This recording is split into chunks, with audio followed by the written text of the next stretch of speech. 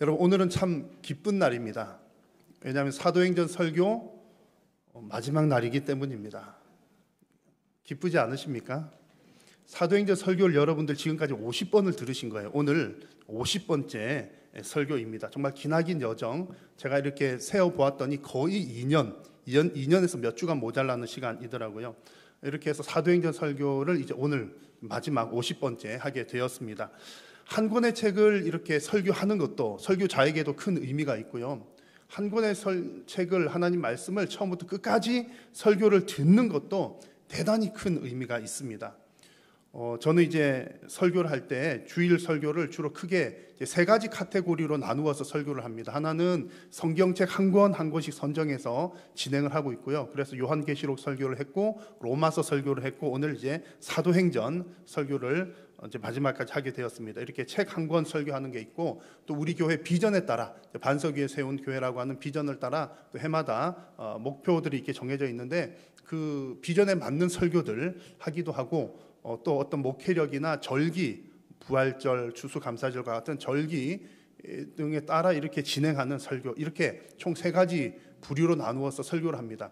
그 가운데 가장 많이 신경 쓰는 부분이 바로 이 한 권의 책을 설교하는 부분입니다. 그래서 보통 이렇게 2주에 한 번 정도 설교를, 이 책 설교를 하기 때문에 양도 많기도 많고요. 또 하나님의 말씀을 어떻게든 가감 없이 있는 그대로 전달을 하기 위해서 연구도 많이 하고 기도하면서 준비를 많이 신경을 쓰고 있는 편입니다. 그래서 이 설교를, 한 권의 설교를 들으시는 여러분들에게도 영적인 유익이 아주 크게 있었을 줄로 확신을 합니다. 그리고 오늘 이 마지막 사도행전 마지막 설교도 성령께서 역사하셔서 또 여러분에게 주시는 하나님의 음성을 들으시기를 바라고, 여러분의 심령이 새롭게 되는 시간 되시기를 바랍니다. 어떤 설교이든 하나님께서 설교자를 통해서 하나님께서 주시는 말씀이라는 생각들을 늘 가지시면서 정말 하나님 앞에 말씀을 받고 변화된 심령으로 또 하나님 앞에 영광을 올려드리는 여러분 다 되시기를 축복합니다. 사도행전 첫 시작 무렵에 말씀드렸던 것처럼 사도행전은 성령께서 주도하셔서 사도들을 통해서 교회를 세워나가 복음을 증거하고 교회를 세워나가는 그런 이야기들입니다. 그러니까 사도행전은 복음 전하는 이야기, 교회 세우는 이야기이기 때문에 사도행전 마지막 즈음 되면 어떤 이야기가 나올지 좀 기대할 만한 내용들이 있습니다. 여러분, 무엇을 기대할 만할까요?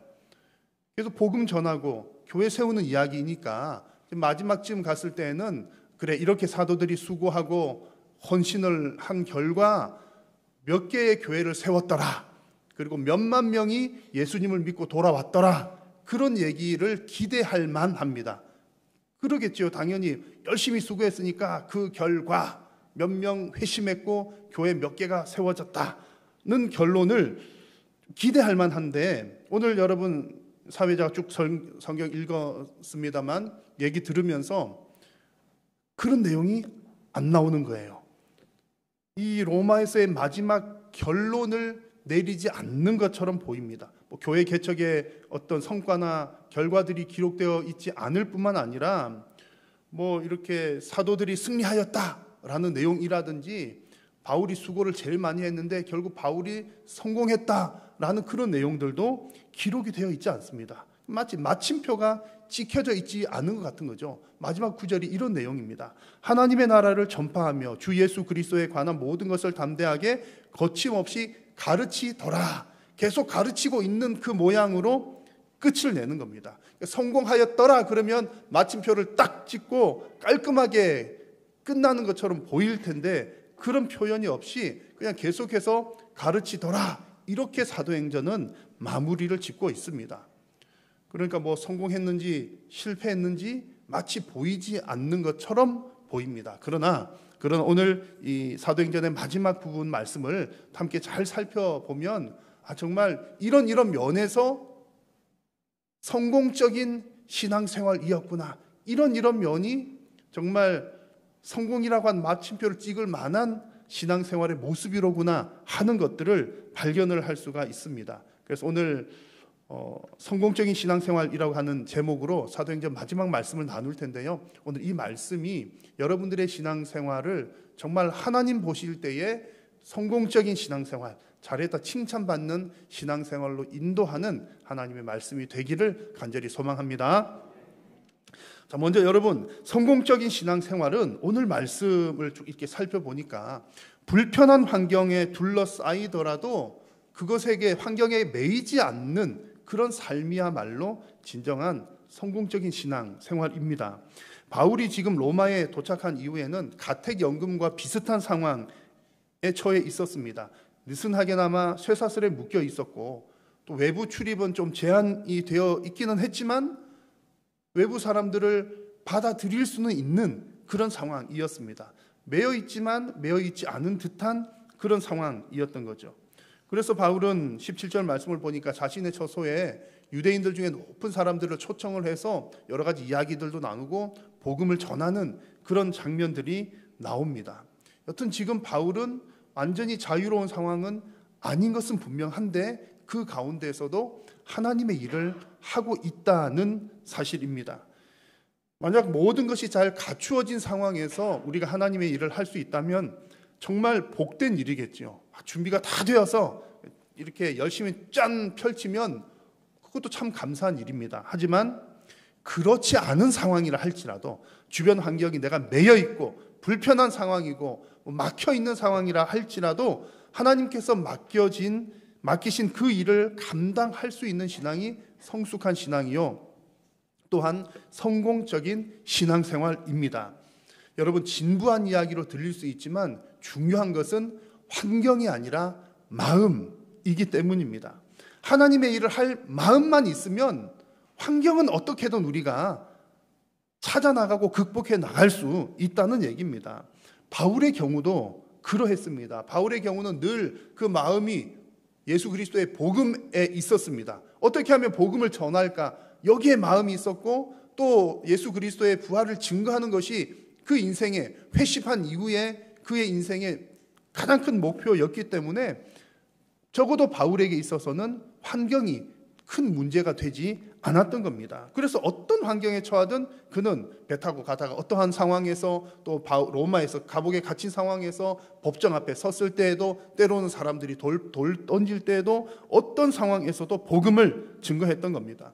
여러분, 이런 마음이 준비된 사람은 메인 상황, 나의 지금 환경, 이것이 불편한 것이 아니라 내가 하나님의 일을 하고 있지 않다는 그 사실 자체가 가장 불편한 상황입니다.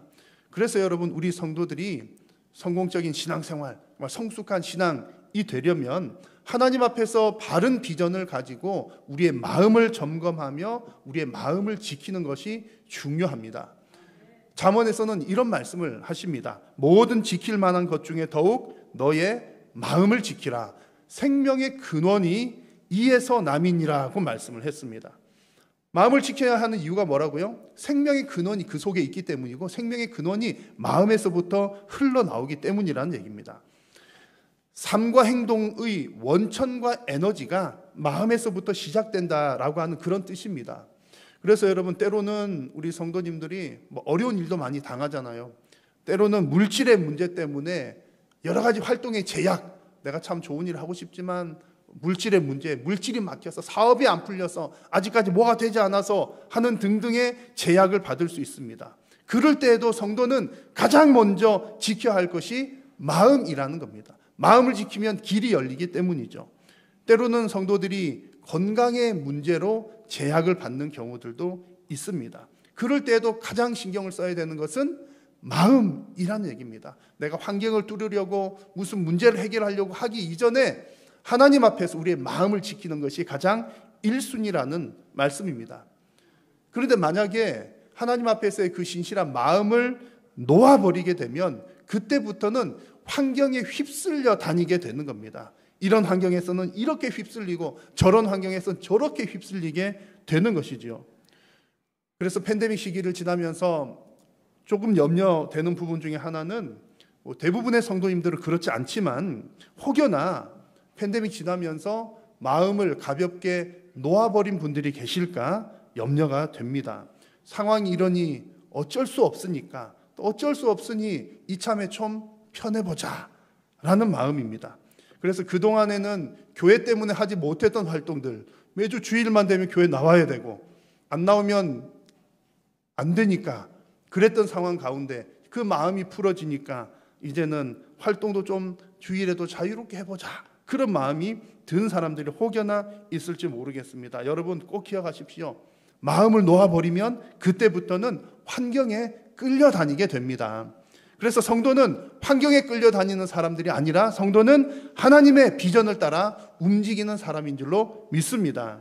그래서 그런 마음을 품은 성도는 환경의 어떤 상황에도 불편함 없이 그 환경의 제약도 뛰어넘는 성공적인 신앙생활을 하게 되는 것입니다. 여러분, 하나님께서 주신 비전으로 여러분의 마음을 잘 지키십시오.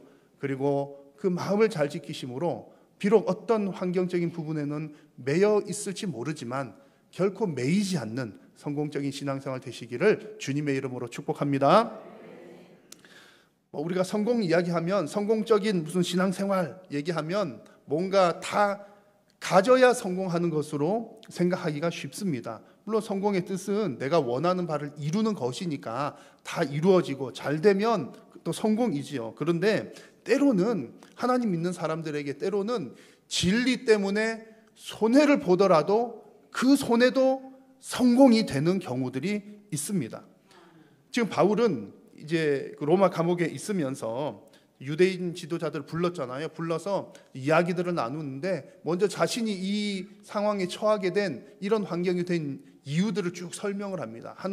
설명을 하는 내용의 핵심은 뭐냐면, 이미 유대 땅에 있을 때 유대 총독들이나 아그리빠 왕이나 내가 죄 없는지 다 압니다. 죄가 없는 사람입니다 라는 얘기를 쭉 하고 난 이후에, 그런데 내가 이렇게 지금 쇠사슬에 매여서 오게 된 것은 20절 말씀에 이스라엘의 소망으로 말미암아 내가 이 쇠사슬에 매인 바 되었습니다 라고 이야기를 합니다. 자, 여러분, 이 말씀에서 이스라엘의 소망이라고 하는 표현에 주목을 해보십시오. 이스라엘의 소망이 무엇입니까? 뭐가 이스라엘의 소망이죠? 유대인들이 간절히 바라고 기대했던 것이라는 뜻입니다. 유대인들이 무엇을 간절히 바라고 기대했습니까? 메시아가 오기를 기다렸고, 메시아가 오셔서 그들의 나라를 회복시켜 주기를 기대를 했습니다. 그런데 메시아가 왔습니까? 안 왔습니까?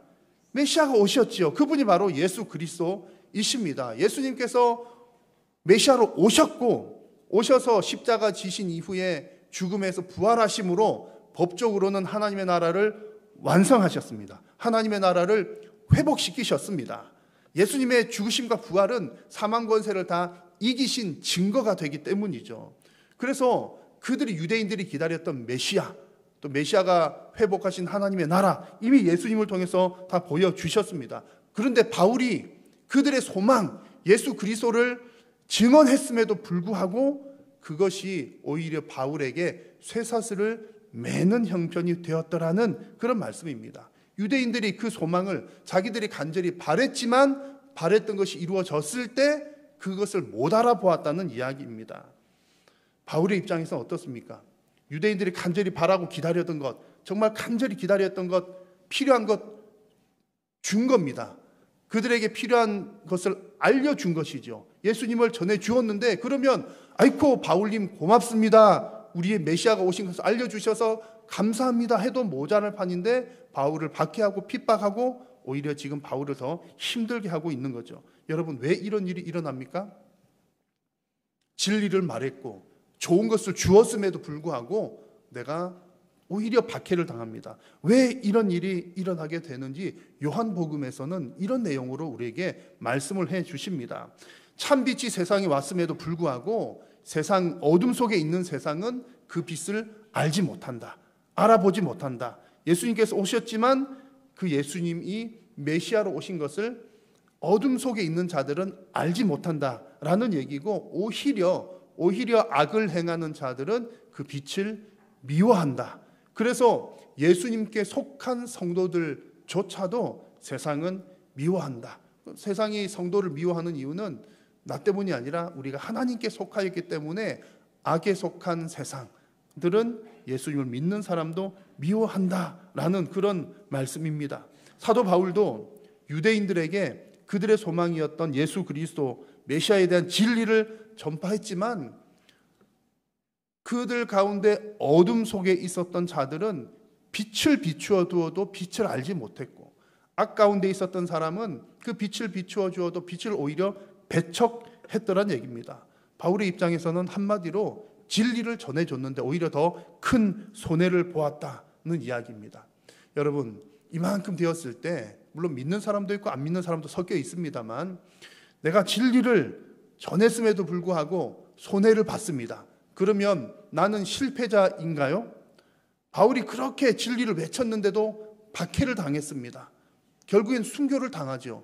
그러면 바울은 실패자인가요? 결코 그렇지 않다는 얘기입니다. 만약에 박해당하는 것, 손해보는 것, 잘 못되는 것이 실패라면 이 세상 가운데 가장 큰 실패자는 예수 그리스도가 될 것입니다. 왜냐하면 그 어느 누구도 감당할 수 없는 이 세상의 가장 큰 하늘 보좌를 버리고 이 땅에 오셨는데 세상이 알아보지 못하고 오히려 배척하고 박해하고 죽임을 당하셨기 때문입니다. 그래서 그런 면에 본다면 진리를 전했음에도 불구하고 손해본다, 배척당한다, 그러면 실패다라고 한다면 예수님이 가장 실패자라는 얘기죠. 그러나 성경이 우리에게 알려주는 바는 결코 그것은 실패가 아니다. 예수님도 십자가를 지시고 죽으셨지만 실패가 아니었지 않습니까? 오히려 부활하심으로 온 세상의 구원자가 되셨습니다. 그래서 오히려 진리를 따르다가 손해를 보았지만 그것은 결코 실패가 아니라 오히려 성공적인 일이라는 말씀입니다. 여러분의 인생에서 혹여나 예수님 믿는 것 때문에 손해를 보신다면 그것은 실패가 아니라 성공이라고 믿으시기를 바랍니다. 비록 그런 면에서의 손해를 보더라도 오직 진리대로 살아가셔서 정말 신앙생활에서는 하나님 앞에서는 성공적인 인생이 되시기를 주의 이름으로 축원합니다. 그리고 오늘 말씀에서 세 번째로 이 성공적인 신앙생활은 하나님 나라를 증명하는 삶이라는 것을 우리에게 보여줍니다. 하나님 나라를 증명하는 삶. 이것을 다른 말로 하면요, 좀 쉬운 말로, 우리에게 부담이 덜한 말로 표현을 하면 성도의 인생이 하나님의 나라의 증거물이 될 때 우리의 인생은 성공적인 인생이 됩니다. 자, 로마에서 바울의 하루 일과를 살펴보면 이런 내용들이 있습니다. 오늘 말씀 23절에 보니까 바울은 아침부터 저녁까지 집에 있는데 사람들이 계속 찾아옵니다. 그리고 바울은 찾아오는 그들에게 아침부터 저녁까지 강론을 합니다. 하나님의 나라를 증언하고 예수 그리스도에 대해서 가르칩니다. 권고를 합니다. 자, 여러분, 하나님의 뜻은 이렇게 하나님 나라 전하고 예수님 전하는 것이 하나님의 뜻입니다. 그러니까 지금 바울의 형편은 비록 지금 가택연금 상태에 있지만 그의 인생은 실패하는 중의 인생이 아니라 오히려 그의 인생은 지금 성공적인 인생, 성공적인 신앙생활을 하고 있다는 얘기입니다. 물론 바울의 강론을 듣고서 믿지 않는 사람들도 있었지만 하루 종일 이렇게 하나님 나라를 전할 수 있었다는 사실 자체만으로도 참으로 성공적인 인생이었습니다. 이런 일들을 무려 2년 동안 지속하게 되었습니다. 2년 동안 지속을 하는데 30절의 마지막 부분을 보면 다 영접하고라고 하는 표현이 나옵니다. 이 말은 다양한 부류의 사람들이 찾아왔는데, 그러니까 유대인들도 오고 또 로마의 이방인들도 오고 또 심지어 그 당시 로마에는 노예들이 대단히 많았는데 그런 사람들도 왔을 것이다 라고 봅니다. 그 사람들에게 하나님의 나라를 계속 증언했다는 거죠. 또 이 말씀에 보면 2년 동안 셋집에 머물면서 이 일을 하게 되었는데 2년 동안 그러니까 자택연금을 당했다는 얘기는 무슨 얘기죠? 2년 동안 재판이 끝이 안 났더라, 그런 얘기입니다. 성경에는 자세히 기록되어 있지는 않지만 아마도 이 기간 동안에 바울을 고소한 유대인들이 이 재판에 적극적으로 나서지 않았던 것으로 보입니다. 당시의 로마법에 따르면 이제 이런 법이 있었다고 합니다. 누가 이제 고소를 했어요. 고소를 했는데 진짜 저 사람이 나한테 뭐 잘못해서 고소를 했으면 재판을 해서 이제 법대로 처리하면 될 텐데, 가끔은 저 사람이 잘못하지 않았음에도 불구하고 저 사람이 너무 미워서 그래 골탕 한번 먹어봐라, 그런 마음으로 고소를 해서 진행을 하다가 나중에 재판을 쭉 해보니까 이 고소한 사람이 오히려 나쁜 마음을 먹고 고소를 한 거예요. 죄가 없는 사람을 괴롭혔다는 거죠. 그게 이게 드러나게 되면 고소한 사람이 오히려 더 큰 벌을 받는 그런 내용이 있었다고 합니다. 그래서 지금 바울을 고소한 유대에 있었던 유대인들은 그런저런 상황 가운데 볼 때에 본인들이 불리한 상황이니까 아마 고소를 취하를 하거나 혹은 뭐 법정 출두하시오 그러면 출두를 하지 않거나 하는 등등의 이유들로 바울이 이렇게 긴 시간 동안 셋집에 가택 연금 상태에 머물렀을 것이다, 이렇게들 이야기를 합니다. 여튼 어떤 이유에서든 간에 지금 바울에게는 이런 상황이 별 상관이 없는 겁니다. 별 상관이 없는 거죠. 재판은 제대로 진행이 되지 않았지만 오히려 그 시간들이 하나님의 나라를 증거하는데 귀하게 사용되었기 때문입니다. 그래서 이 기간들이 오히려 하나님의 뜻을 이루고 하나님 앞에 쓰임받는 시간들이 되었다는 거죠. 여러분, 이 바울이 하나님 나라를 증거한 이 내용들을 살펴보면서 또 바울뿐만 아니라 사도들이 했던 이런 내용들을 보면서 우리는 어떤 생각을 가져야 합니까? 그래, 바울이니까, 사도들이니까 하나님 나라를 증거하는구나, 당연히 그들이 해야 되는구나, 목사니까 전도를 열심히 해야 되는구나, 복음을 전하는구나, 그런 생각을 가질 것이 아니라는 얘기입니다. 하나님의 백성, 하나님 나라의 백성이라면 하나님 나라 백성 모두가 다 애국심을 가지고 하나님 나라를 증언해야 하는 줄로 믿습니다. 아멘. 약하시네요. 믿습니다. 그래도 3분의 1은 안 하셨어요. 제가 여러분 마스크 다 쓰고 계셔도 딱 들으면 제가 알 것 같아요. 사실은 신앙생활에서 가장 부담되는 것 중에 하나가 전도하는 거죠. 교회 오면 뭐 성경 읽다가 보면 맨날 전도 얘기하잖아요. 그래서 뭐 전도해야 되고 영혼 구원해야 되고 그런 얘기 하는데 사실은 대단히 부담스러운 이야기입니다. 여러분 믿으시지 안 믿으실지 모르겠지만 저도 대단히 부담스러운 일입니다. 저에게도. 왜냐하면 제가 숫기가 없는 사람이거든요. 그래서 모르는 사람한테 다가가서 이렇게 말 걸고 이런 거를 잘 못해요. 교회 오시는 분들은 어쨌든 제가 하니까 해야 되지만 제가 대단히 이제 그런 사람입니다. 그래서 저 역시도 전도하는 거 보통 일 아니로구나 하는 거 충분히 이해를 할 만합니다. 그럼에도 불구하고 할 일은 해야 되는 거죠. 하나님께서 원하시는 일이고 하나님 나라 백성이라면 마땅히 해야 될 일이기 때문입니다. 자, 그런데 우리가 비록 이제 바울이나 사도들처럼 이렇게 곳곳에 다니면서 하나님 나라를 증언하는 일은 그만큼은 못한다 할지라도 우리가 꼭 해야 될 것은 우리의 삶을 통해서 우리가 하나님 나라의 증거물이 되는 것은 반드시 해야 될 일입니다. 내가 하나님 나라의 증거물이 되면 내가 가는 곳곳마다 하나님 나라가 증거가 되기 때문에 그렇습니다. 증거물이 된다는 것은 어떤 이야기일까요? 증거물이 된다는 것은 뭐 복잡하거나 어려운 일 아닙니다. 쉬운 일도 아니긴 하지만 어려운 일 막 뭐 대단히 잘해야 되는 일은 아니에요. 우리가 하나님 나라의 증거물이 된다는 얘기는 하나님 나라 백성으로서 하나님 나라의 법대로 살아가면 하나님 나라의 증거물이 됩니다. 쉽게 말하면 아무개 사람이 있는데 저 사람 보니까 저 사람은 성경이 가르치는 대로 살아가는구나 라고 하는 그 모습을 보면서 사람들이 예수 교회 다니는 사람, 또 하나님 믿는 사람은 저런 사람이로구나, 신앙생활은 저렇게 하는 거로구나 하는 것을 알게 된다는 이야기죠. 그래서 우리가 하나님 나라 백성이 하나님 말씀대로만 살면 그것이 증거물이 되는 것입니다. 근데 만약 내가 하나님 나라 백성인데 성경에는 이것은 하고 이것은 하면 안 된다라고 분명히 말씀하셨음에도 불구하고 그대로 살지 않고 세상의 문화대로 혹은 뭐 불교에서 가르치는 대로 살아간다면 내가 하나님 나라의 백성이라고 말할 수가 있겠습니까?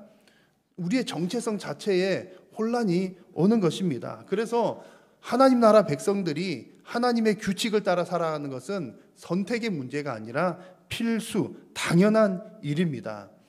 그렇게 살아갈 때에 우리는 하나님 나라의 증거물이 되고 성도가 사는 그곳에서 하나님의 나라가 증거가 되는 줄로 믿습니다.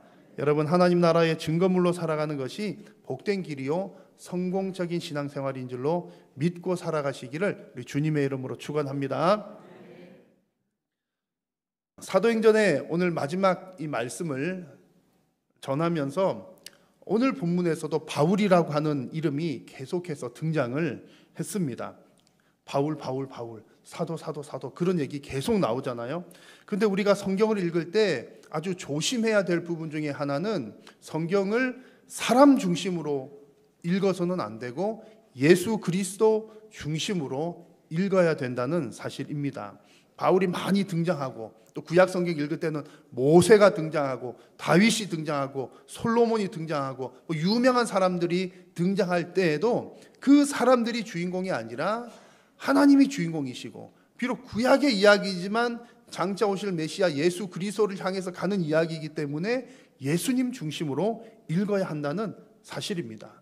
요한복음 말씀에 보면 모든 성경이 예수 그리스도를 증언하는 것이라는 말씀이 있습니다. 성경은 전체가 다 예수님을 밝히는 일이기 때문에 그렇습니다. 그래서 오늘 이 사도행전의 마지막 부분에서도 역시 마찬가지로 바울의 이름들이 등장하지만 바울이 주인공이 아니라 삼위 하나님이 주인공이시고 특별히 예수 그리스도가 주인공이신 것을 우리는 발견할 수 있습니다. 사도행전 초반부에도 보면 이 일을 성령께서 하신다라고 하는 사실들이 여러 차례 부각이 되었습니다. 그리고 오늘 읽은 말씀의 마지막 구절을 보시면 역시 예수 그리스도께서 주인공이시라는 사실을 발견할 수가 있는 거죠. 여러분, 마지막 구절을 함께 큰 소리로 한번 읽어보겠습니다. 시작. 하나님의 나라를 전파하며 주 예수 그리스도에 관한 모든 것을 담대하게 거침없이 가르치더라. 아멘.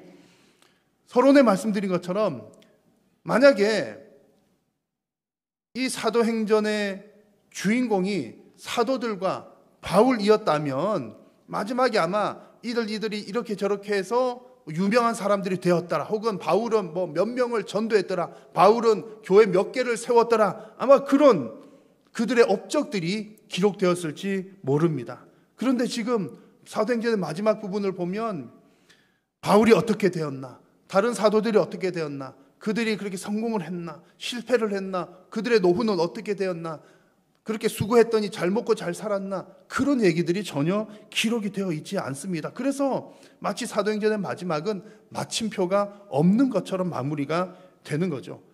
오직 지금까지 쭉 그렇게 해온 것처럼 계속해서 하나님의 나라가 전파되고 있고 예수 그리스도가 증거되고 있다라고 하는 진행형으로 마무리가 되고 있는 겁니다.